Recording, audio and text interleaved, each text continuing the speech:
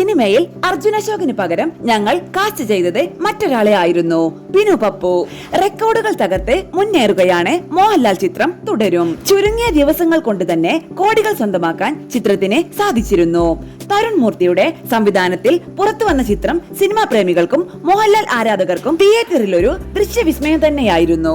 മോഹൻലാലിന് പുറമെ ശോഭന, ബിനു പപ്പു, പ്രകാശ് വർമ്മ എന്നിവരും സിനിമയിൽ പ്രധാന വേഷത്തിൽ എത്തിയിരുന്നു. സിനിമയിൽ ഒരു ചെറിയ വേഷത്തിൽ അർജുൻ അശോകനും അഭിനയിച്ചിട്ടുണ്ട്. ഇപ്പോൾ അർജുൻ അശോകനെ കുറിച്ച് സംസാരിക്കുകയാണ് നടനും സിനിമയുടെ കോ ഡയറക്ടറുമായ ബിനു പപ്പു. അർജുൻ അശോകിന് പകരം സിനിമയിൽ മറ്റൊരാളെ ആയിരുന്നു ആദ്യം കാസ്റ്റ് ചെയ്തതെന്നും ചില സാങ്കേതിക കാരണത്താൽ അദ്ദേഹത്തിന് വരാൻ സാധിച്ചില്ലെന്നും ബിനു പപ്പു പറയുന്നു. പിന്നീട് ഈ കഥാപാത്രത്തിന് അർജുൻ അശോകൻ ആപ്റ്റായിരിക്കുമെന്ന് തങ്ങൾക്ക് തോന്നിയെന്നും അങ്ങനെ അദ്ദേഹത്തെ വിളിക്കുകയായിരുന്നുവെന്നും ബിനു പപ്പു കൂട്ടിച്ചേർത്തു.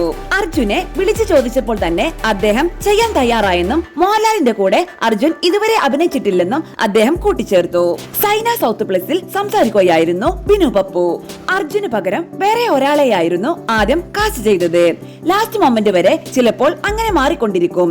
വേറെ ഒരാളായിരുന്നു നമ്മൾ അപ്രോച്ച് ചെയ്തിരുന്നത്. അയാൾക്ക് ചില സാങ്കേതിക കാരണത്താൽ വരാൻ കഴിഞ്ഞില്ല. അങ്ങനെ വന്നപ്പോൾ പിന്നെ അർജുൻ ഓക്കെ അല്ലേ എന്ന് ഞങ്ങൾ വിചാരിച്ചു. കാരണം ഈ കഥാപാത്രം കുറച്ച് ചൂടാവണമല്ലോ, ചിരിക്കുന്നൊന്നും ഇല്ലല്ലോ. അപ്പോൾ അവന് നന്നായിരിക്കും, അവനെ ഒന്ന് വിളിച്ചു നോക്കാം എന്ന് വിചാരിച്ചു. അങ്ങനെ ഇവനെ വിളിച്ചതും എപ്പോഴാ വരേണ്ടത്, ഞാൻ വരാം എന്നാണ് പറഞ്ഞത്. കാരണം അവൻ ലാലേട്ടന്റെ കൂടെ അഭിനയിച്ചിട്ടില്ല. അങ്ങനെ വന്നു. നല്ല രസമായിട്ട് ഷൂട്ട് ചെയ്തു, ബിനു പപ്പു പറയുന്നു.